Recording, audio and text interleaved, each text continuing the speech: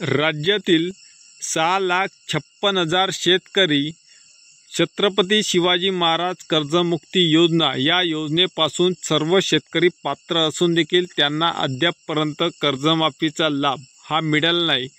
त्यामध्ये सहकार विभागाने डाटा जो काय मागील काळामध्ये प्रकाशित केला होता आणि सरकारला त्या संबंधित माहिती दिली होती, तर त्यामध्ये तांत्रिक अडचणीचा खोडा हे कारण समोर आले व जे काय पात्र शेतकरी संख्या होती 6,56,000 त्या शेतकऱ्यांना लाभ देण्यात आला नाही। आणि आता जो काही अर्थसंकल्प सादर झालेला आहे त्या अर्थसंकल्पामध्ये 36,000 कोटीची तरतूद ही कर्जमाफीसाठी नाही, तर ते केवळ फक्त 36,000 कोटीची तरतूद ह्या मुख्यमंत्री लाडकी बहीण योजनेसाठी या सरकारनं करण्यात आलेली आहे। आणि जो काही जाहीरनाम्यामध्ये संकल्प हा राबविण्यात आला होता त्या संकल्पामध्ये महत्त्वाचा मुद्दा होता शेतकऱ्यांसाठी दोन महत्त्वाचे मुद्दे होते। त्यामध्ये पहिला महत्त्वाचा मुद्दा होता की शेतकऱ्यांना कर्जमाफी आणि दुसरी योजना होती जी काय वार्षिक शेतकऱ्यांना नमो शेतकरी सन्मान निधी योजनेअंतर्गत जे काय 6,000 रुपये मिळतात त्यामध्ये 3,000 रुपयानं वाढ करून वर्षाकाठी शेतकऱ्यांच्या खात्यावर 9,000 रुपयाचा हप्ता हा जमा करण्याची तरतूद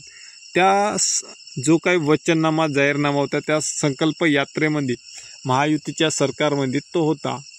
तर त्यामध्ये आता जो काही आता शेतकऱ्यांना अर्थसंकल्प सादर केला होता त्या अर्थसंकल्पामध्ये वचनपूर्ती ते आश्वासनं पाळण्यात आली नाही या अर्थसंकल्पामध्ये।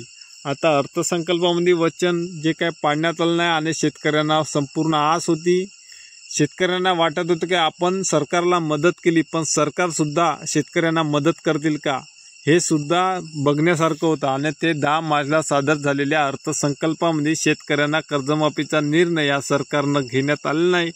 फक्त शेतकऱ्यांच्या तोंडाला पानं पुसण्यासारखं काम आणि या सभागृहामध्ये फक्त भाजपचे आमदार सुधीर मुनगंटीवार यांनी वारंवार कर्जमाफीचा मुद्दा हा रेटून धरलेला आहे।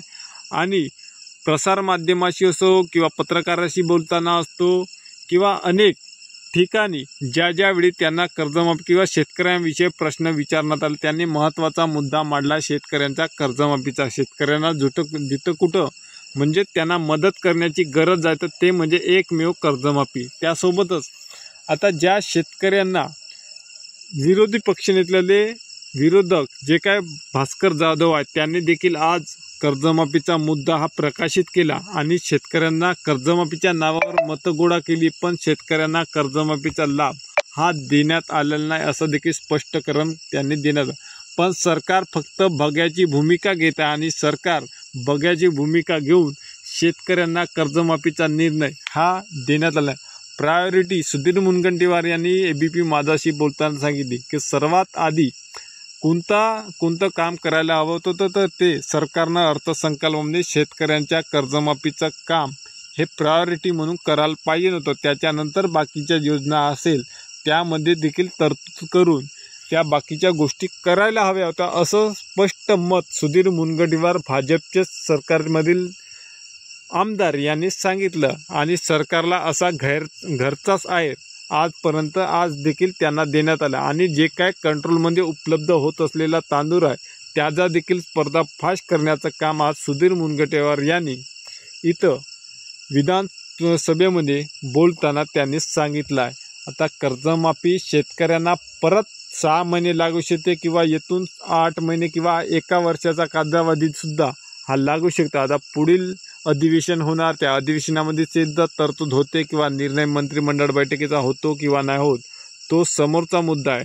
आणि कर्जमाफीसाठी हे सरकार संवेदनशील नाही आहे हे या अर्थसंकल्पामधून दिसून आलेला। तर शेतकरी मित्रांनो व्हिडिओ कसा वाटला शेतकऱ्यांसाठी तर नक्कीच कमेंट करून सांगा। धन्यवाद।